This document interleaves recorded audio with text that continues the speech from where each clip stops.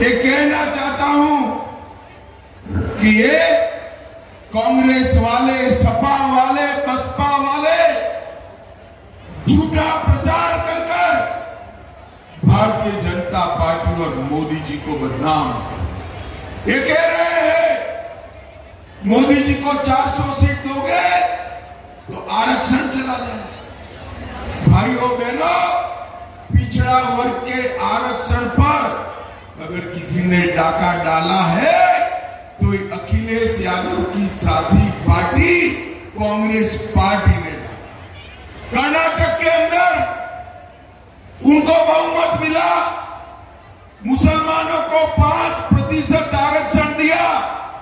मुझे बताओ भाइयों बहनों, ये 5% आरक्षण किसका घटा?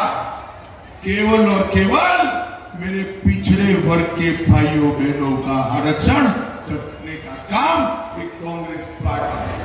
आंध्र प्रदेश में उनकी सरकार बनी, वहां पर भी मुसलमानों को आरक्षण दिया और किसका काट कर दिया?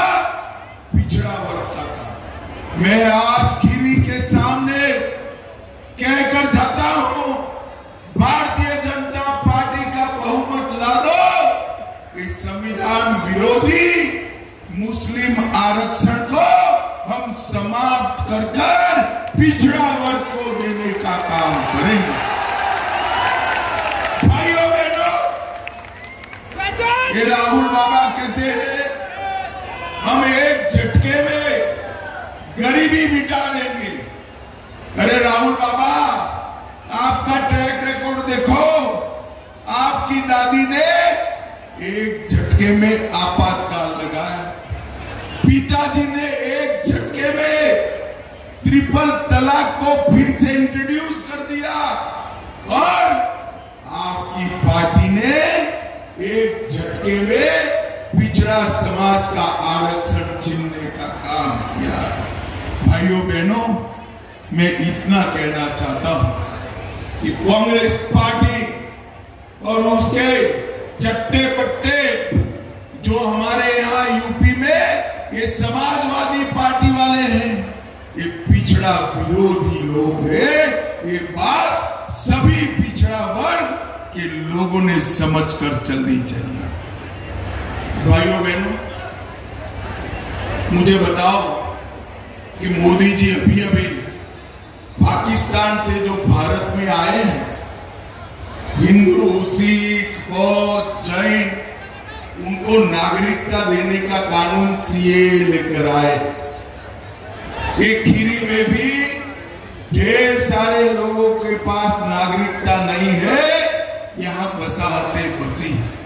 भाइयों बहनों, मुझे जोर से बताओ कि हमारे हिंदू, सिख, बौद्ध भाई आए हैं, इनको नागरिकता मिलनी चाहिए या नहीं मिलनी चाहिए? अरे जोर से बोलो, मिलनी चाहिए या नहीं मिलनी चाहिए? राहुल बाबा कहता है, अखिलेश कहते हैं कि हम सीए को हटा लेंगे। अरे राहुल बाबा, आपको क्या, आपकी नानी भी ऊपर से वापिस आ जाए, इस सीए को नहीं। हम मोदी जी के नेतृत्व में एक पाकिस्तान, बांग्लादेश से आए हुए भाई बहन को नागरिकता देकर उसका सम्मान करेंगे। और आप बोर्ड लेकर खड़े हो, चिंता मत करो भाइयों बहनों, आपका इस देश पर इतना ही अधिकार है जितना मेरा और अजय मिश्रा का अधिकार है। आपका अधिकार कोई नहीं छीन। भाइयों बहनों, मुझे बताओ, ये राम मंदिर बनना चाहिए था या नहीं बनना चाहिए था?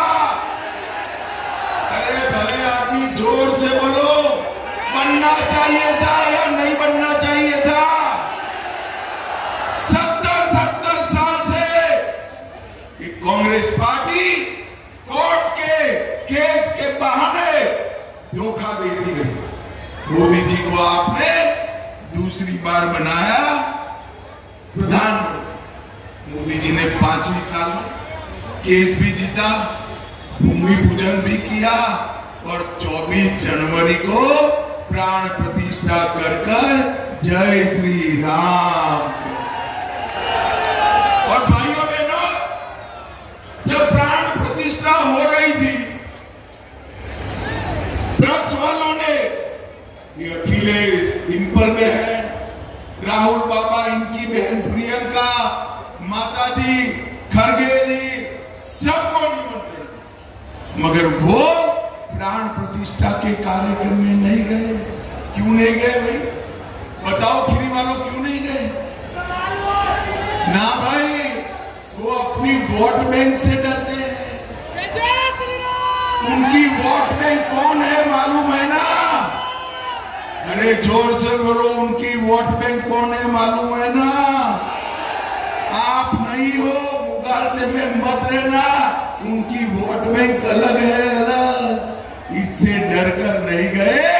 अरे राहुल जी, अखिलेश जी, जो राम के काज से डर जाए, उत्तर प्रदेश इसके साथ नहीं रह सकता। नहीं भाइयों बहनों, मोदी जी ने इस देश को आतंकवाद से मुक्त कराने का काम किया। सोनिया मनमोहन की सरकार थी, 10 साल उनकी सरकार चली, आए दिन मालिया जमालिया पाकिस्तान से घुस जाते थे, बम धमाके करते थे और चले जाते थे। आपने, मोदी जी ने यहाँ चौक चौबंद व्यवस्था, उरी और पुलवामा में पनवारी स्टेट हाईवे का चौड़ीकरण करने का काम चालू है। देवकली अलीगंज मार्ग का पुनर्निर्माण गया। मौलानी से दुधवा नेशनल पार्क के लिए ट्रेन चलाई।